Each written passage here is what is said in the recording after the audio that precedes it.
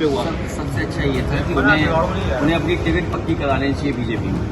वहीं समाजवादी पार्टी के चुनाव के साइकिल से जीती थी, उनको अनुशासन में रहना चाहिए। और का जो हल हुआ था तो मंत्री पार्लियामेंट का चुनाव हारे, उसके बाद विधायक का चुनाव हारे। वही हाल इनका होगा, कहीं से विधायक भी नहीं। सबसे अच्छा ये था कि उन्हें अपनी टिकट पक्की करानी चाहिए बीजेपी में। उन्हें अपनी टिकट पक्की करानी, मुझे उम्मीद है। हालांकि हमारे मुख्यमंत्री जी बीजेपी के सदस्य केवल चुनाव के लिए बनते हैं, याद रखना आपको। हमारे मुख्यमंत्री जी भी बीजेपी के सदस्य नहीं रहे, भारतीय जनता पार्टी के वो सदस्य नहीं है, केवल चुनाव लड़ने के लिए वो सदस्य बनते हैं। हमें उम्मीद है कि अपनी टिकट के साथ साथ वो उनको भी टिकट दिला देंगे। और अगर पहले टिकट दिला दी होती तो हमें देनी नहीं पड़ती इन्हें टिकट। भाई अगर पहले ही टिकट बीजेपी ने दे दी होती इन्हें तो हम टिकट थोड़ी देते सर। तो इस तरह से हमने कितनी सड़कें थोड़ी थोड़ी बनवाई थी। एक थे लोहिया पथ, कभी भी सब जगह जाम लगता है। लखनऊ कभी जाम नहीं लगता था, अब उस पर आज भी जाम नहीं लगता है और कोई गड्ढा भी नहीं था। अब उस पर 2 दिन की बरसात में जब निकले, हम लोग निकले, सभी लोग निकले, तो उसमें लगता था ये तो आंधी सी आ रही है, इतनी धूल उड़ रही। तो क्या माना जाए, बीजेपी की स्मार्ट सिटी फेल हो रही है पूरी तरह से।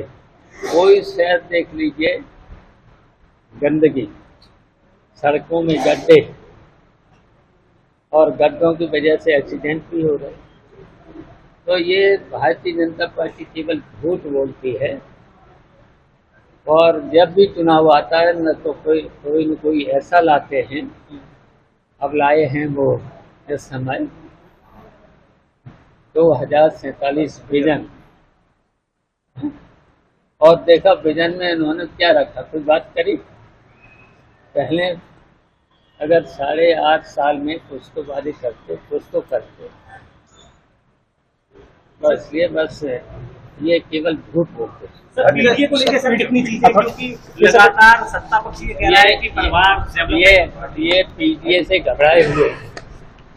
आपने देख ही लिया था लोकसभा के चुनाव में, इन्होंने तो केवल बेईमानी, वोट कटवाने से लेकर के बेईमानी।